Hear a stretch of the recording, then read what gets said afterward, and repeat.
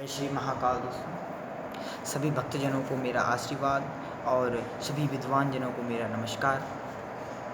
आज मैं आप सभी को यह बताने जा रहा हूँ कि हर माता पिता को अपने भगवान के प्रति अपने बच्चों को क्यों सजग कराना चाहिए, क्यों उनके मन में भक्ति का उद्गम करना चाहिए, उनको भगवान के प्रति क्यों डराना चाहिए। ये सब चीज़ें मैं आपको आज बताने जा रहा हूँ। मनुष्य जैसे जैसे विज्ञान के प्रति जागरूक होता गया, जैसे जैसे विज्ञान तरक्की करता गया, उसी अहंकार में मनुष्य ने भगवान के अस्तित्व को नकारना शुरू कर दिया, भगवान के अस्तित्व को मानने से इनकार कर दिया। तो ऐसे मूर्ख मनुष्यों को बताना कि भगवान की शक्ति क्या है व्यर्थ है, क्योंकि उनको केवल तर्क करने से मतलब है।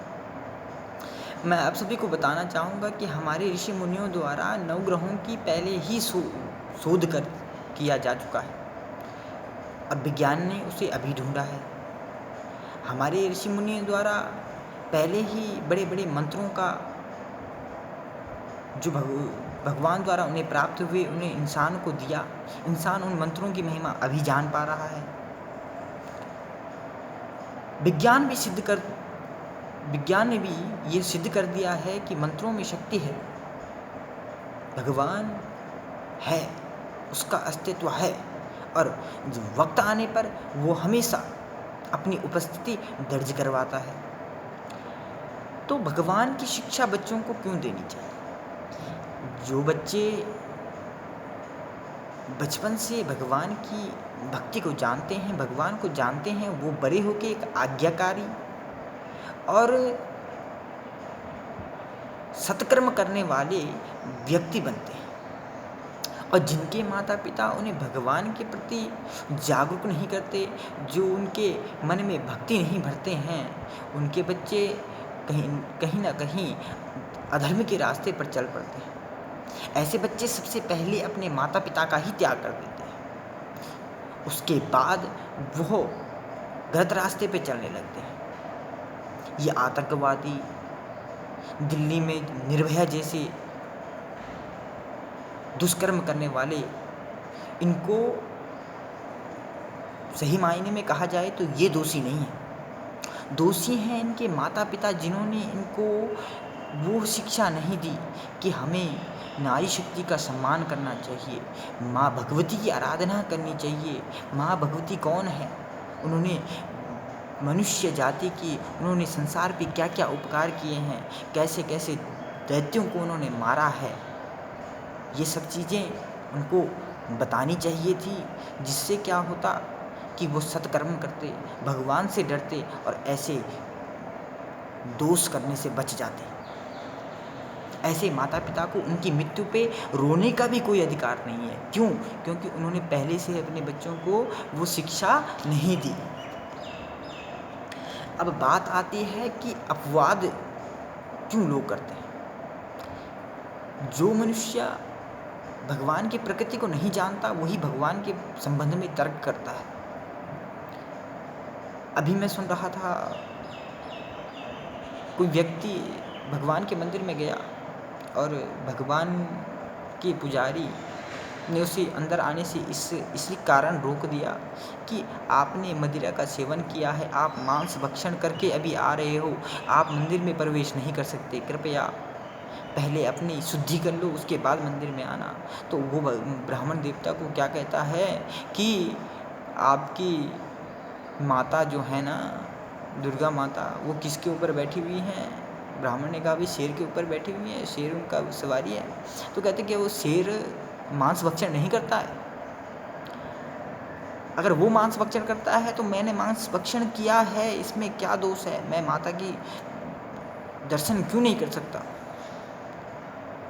तो उन ब्राह्मण देवता ने उनको एक बहुत ही सुंदर उत्तर दिया कि व्याघ्र, जो बाघ है, उसकी प्रकृति है, वो मांस के सिवा कुछ नहीं खा सकता।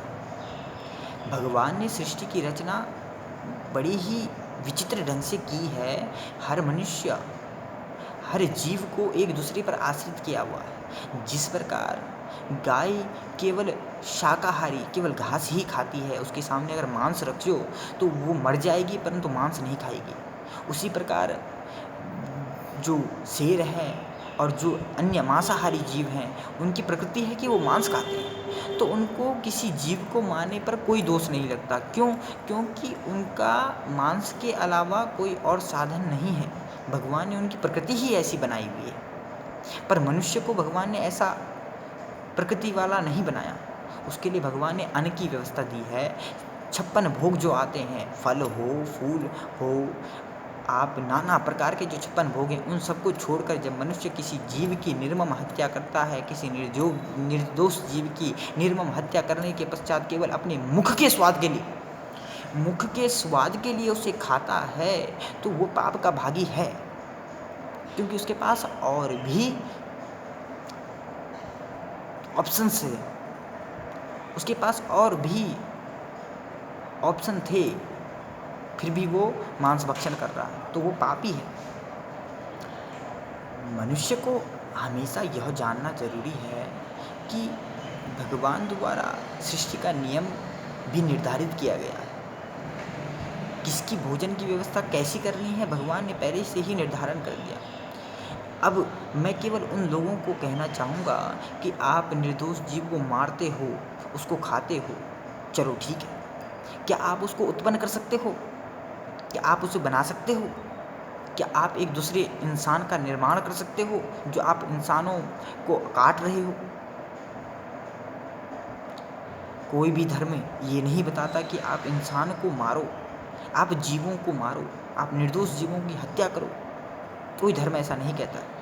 हाँ, जो आपका अहित कर रहा है, जो आप पर अन्याय कर रहा है, उसको मारने का भी कोई दोष नहीं।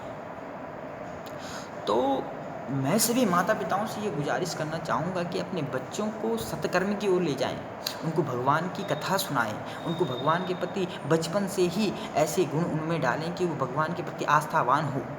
क्योंकि अगर वो आस्थावान होंगे तभी वो आपकी सेवा करेंगे, अन्यथा आपकी दुर्दशा के कारण आप स्वयं होंगे। मनुष्य को आवश्यक है कि वो